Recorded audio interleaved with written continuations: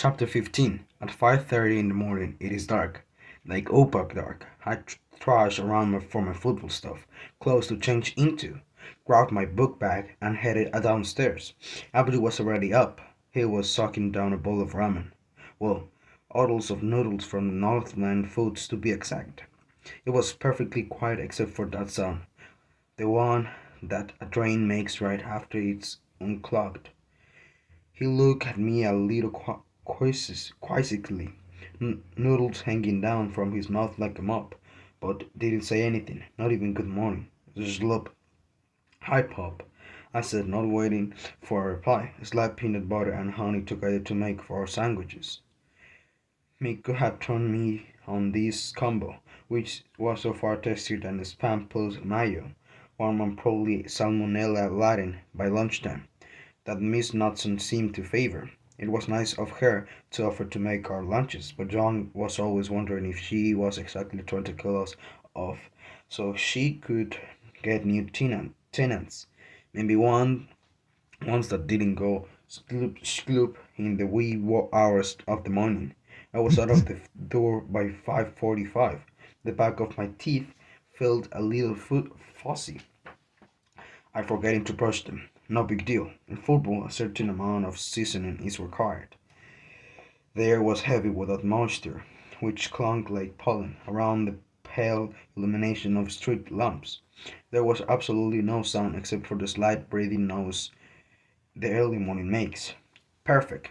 The library was dark, like it was sleeping. I blew out clouds of breath and began jogging toward the school, not because I was late, but because I was feeling frisky.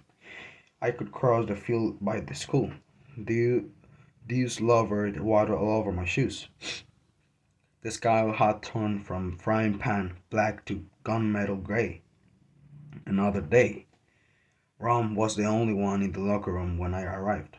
This was the first time I had seen him without Jimmy beer greases attached to his side.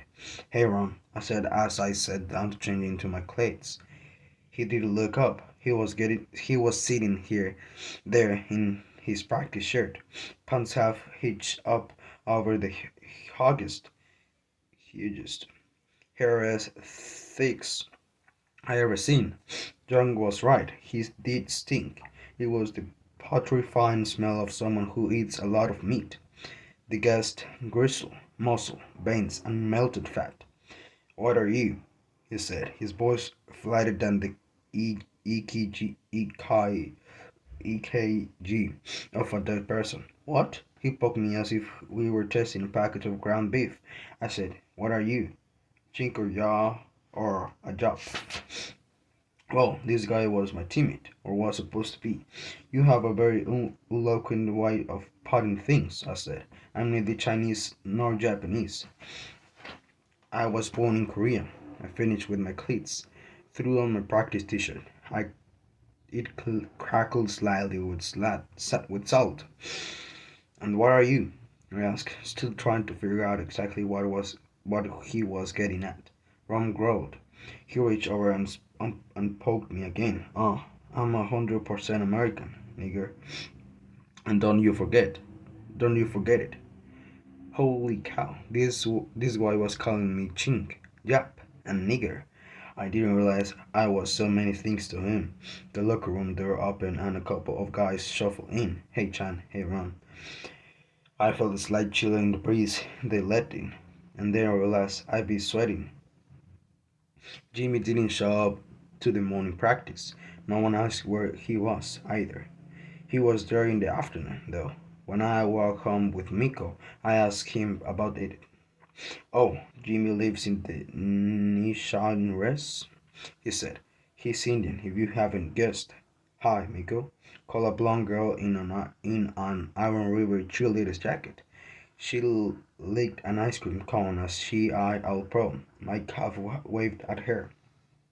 A few of the kids on the rest go to the school here, he went on, but it is like almost an hour away. Jimmy can't get in for practice in the morning, but Rom gives him a ride home at night. Rom and Jimmy seem like a weird combination, I said. I mean, especially given Rom's uh, options. It is kind of strange, Miko agreed. But to each his own, I suppose. We walked down Iron Mining Way. Miko lived to on Taconite Avenue, where all the nice houses in the town were. You live in the big houses by the levee, don't you, Chanster? Oh, huh. Someday Miko was going to find out we only rented the top floor of Miss Nutson's house, but I didn't want to tell him right now. Tackling drills. Kearney would toss a ball to the runner, and the defensives went for the tackle. Catch the Phrygian ball. I got it myself. Miko had given me some gloves with sticky fingers, kind of like the Korean grocers ones, and they help. They said Kearney in a bored voice as he sent the ball into a lazy spiral. All eyes were on me as I moved out to get it. Down you go. Yap, boy. Highs Jimmy, cutting me off at the knees and graining my head into the ground. Then, under cover of his back, he punched me in the soft underbelly place where the pads don't cover. I saw green. The consciousness of my stomach rose upward, clamoring to become gag. I swallowed it. It burned in the back of my throat. Kim, get up, you pansy. Pansy means wimp. Kenny yelled. Toughen up. I forced myself to stand, hug up some phlegm, and spat. There was dirt in my mouth guard. Damn, if I wasn't going to kill Jimmy when the positions were reversed. Yup, Jimmy ran out. I charged. His voice felt like a three. It was like bringing down a water buffalo. 1, 2, I did it. Jesus, was what's that you're doing? A dance? Karen sneered. I thought I was going to be your date on Saturday. Jimmy snickered. This was just one drill, one practice, I told myself. The coaches told us to hit the showers, and I went with Miko to do a few laps around the track. He always did extra after practice. Our Paul always went 200%. I admired that in a guy. Today we had a great view of the girls' tennis team.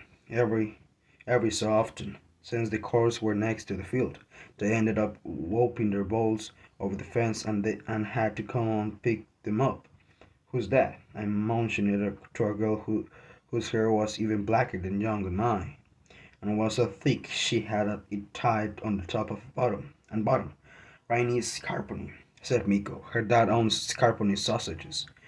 I tried not to make it look like I was staring at her, but gats, she was beautiful. Long legs, muscular arms, and that hair. I must have a thing for girls with messy hair. Put your eyes back in their sockets, would you? Oh, bro, give it. Punching me in the arm. We ran, not talking anymore. At one point, Miku gave me a goofy, smirky smile, and I found myself grinding back for absolutely no reason at all. We still didn't say anything to each other. In the fading light, our shadow made a one shadow.